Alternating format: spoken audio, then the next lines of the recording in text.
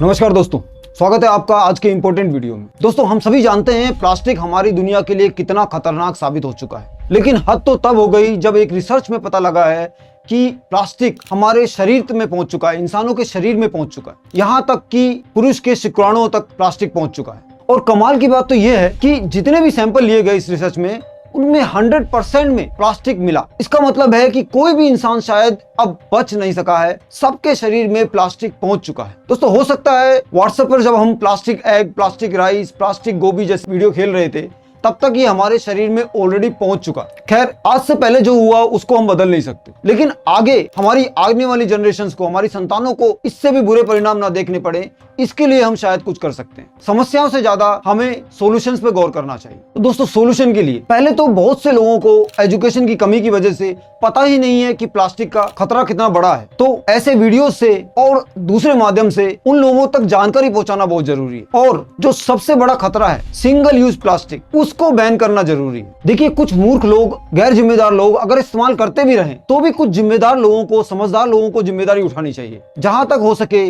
Parties में disposable का use बंद होना चाहिए, रीयूजेबल प्लास्टिक यूज कीजिए। और प्लास्टिक के खतरे से बचने का फॉर्मूला आपको मालूम ही है। इसके 3 पॉइंट है: रिड्यूस, रीयूज, रिसाइकल। देखिए, रिड्यूस का तो आपको मालूम ही होगा। मार्केट में जब जाएं तो अपना कैरी बैग खुद लेकर जाएं कपड़े का। आपको जरूरत हो बाहर निकलने की तो अपना पानी का बोतल घर से लेकर जाएं, बाहर ना खरीदें। जितना आप रिड्यूस करेंगे उतना अच्छा है। तीसरा पॉइंट है रिसाइकल, जिसमें शायद आपका रोल इतना ही है कि आपको अपने प्लास्टिक को कलेक्ट कर उसे एक जगह देना है जहां से वो रिसाइकल के लिए जा सके। अब इसमें एक दूसरा पॉइंट है रीयूज। अब ये जो दूसरा पॉइंट है रीयूज, इसके बारे में ज्यादातर बात नहीं होती। आज हम इस पॉइंट को ज्यादा अच्छा कवर करेंगे। देखिए, हमसे पहले कितने ही लोगों ने पुराने टाइम में गलतियां किया हो, लेकिन पहले के लोगों की एक अच्छी बात थी कि वो चीजों को रीयूज करते थे। प्लास्टिक ब्रश खराब हो गया तो उसको किसी और काम में ले लिया, पॉलिथीन खराब हो गई तो उसको किसी और चीज बना ली। ऐसे करके वो चीजों का रीयूज करते रहते थे। इससे पहले प्लास्टिक का खतरा उतना नहीं था। आजकल यूज एंड थ्रो वाली कल्चर है। पैकेजिंग निकालकर हम सीधे फेंक देते हैं, कैरी बैग यूज करके हम सीधे डस्टबिन में डाल देते हैं। दोस्तों, ये बहुत बड़ा कारण है। अगर आप उसे रीयूज करेंगे तो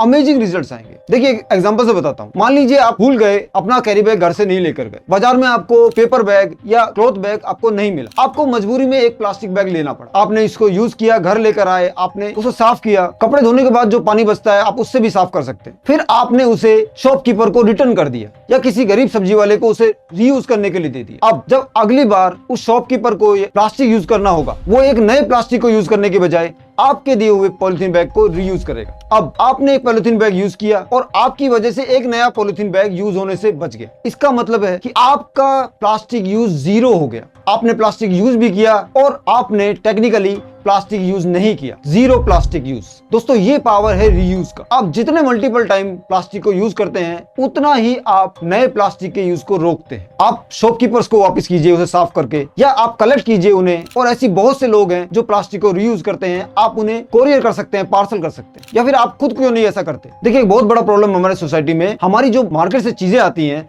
ज्यादातर प्लास्टिक पैकेजिंग में आती हैं, क्योंकि कंपनियों की मजबूरी है, उन्हें अपने प्रोडक्ट को अच्छा दिखाना पड़ता है। अगर वो प्लास्टिक यूज नहीं करेंगे तो कोई दूसरी कंपनी वाला यूज कर लेगा और उसका प्रोडक्ट बिक जाएगा। तो कंपनियों को मजबूरी में प्लास्टिक पैकेजिंग करनी पड़ती है कस्टमर को अट्रैक्ट करने के लिए। अब आप प्लास्टिक के पैकेज को आपने खोल दिया और उसे डस्टबिन में फेंक दिया। इसके बजाय आप उसको फ्लिप ओवर करके, आप उसके अंदर मिट्टी डालकर, घर में बची हुई गुठली या बीज डालकर एक प्लांट लगा सकते हैं। वो प्लांट बड़ा हो जाए तो उसे जमीन में ट्रांसफर करके उसी प्लास्टिक बैग में दूसरा प्लांट लगा सकते हैं। सोचिए, एक प्लास्टिक रैपर की वजह से अगर एक भी पेड़ उगा तो भी उसके नुकसान के कंपेयर में हमें फायदा ज्यादा होगा। दोस्तों, ये पावर है रीयूज का। ऐसे ही आप अपने अपने मेथड लगा सकते हैं, हमारी इकलौती दुनिया और आपके जीवन को बेहतर बना सकते हैं। याद रखिए, हम पर जिम्मेदारी है आने वाली जनरेशंस की। आपके जीवन के लिए सभी अच्छी कामना करते हुए फिर मिलते हैं किसी अच्छे वीडियो में। धन्यवाद। जय हिंद।